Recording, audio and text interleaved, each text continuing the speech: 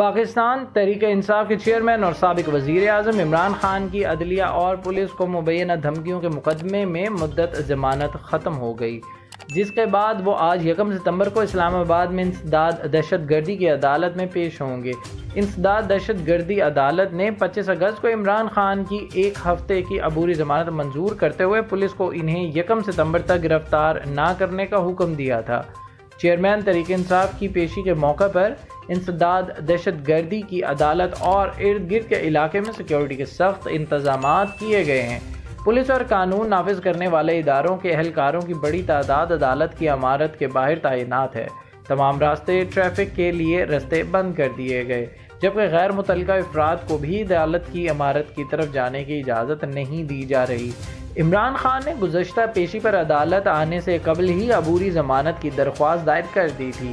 P T I chairman کو انسداد دہشت گردی کے قانون ATA کے تحت مقدمے کا سامنا ہے، جو ان پر سینئر پولیس اہلکاروں اور عدلیہ کو مبینہ طور پر دھمکیاں دینے پر قائم کیا گیا تھا۔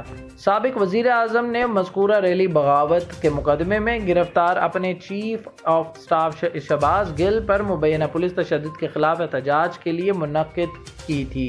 ریلی سے خطاب میں شہباز گل پر مبینہ جسمانی تشدد کے باعث IG اور DIG کو دھمکیوں کے علاوہ عمران خان نے جوڈیشنل مجسٹریٹ زیبا چودھری کا نام لے کر اپنی تقریر میں مبینہ طور پر کہا تھا کہ وہ ایکشن لیں گے۔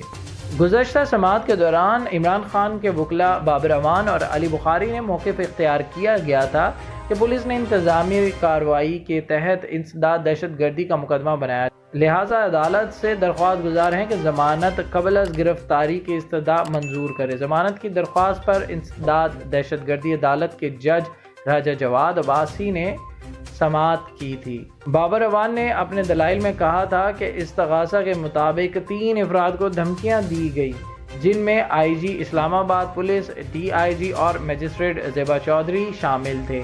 بابر اعوان نے عدالت کو آگاہ کیا تھا کہ مذکورہ تینوں افراد میں سے کسی نے بھی سابق وزیر اعظم کے خلاف دھمکیاں دینے کا مقدمہ درج نہیں کیا۔ پلیز ہمارے چینل کو لائک اور سبسکرائب کیجیے گا اور بیل آئیکن پر کلک کریں تاکہ مزید معلومات کا سلسلہ آپ تک جاری رہے۔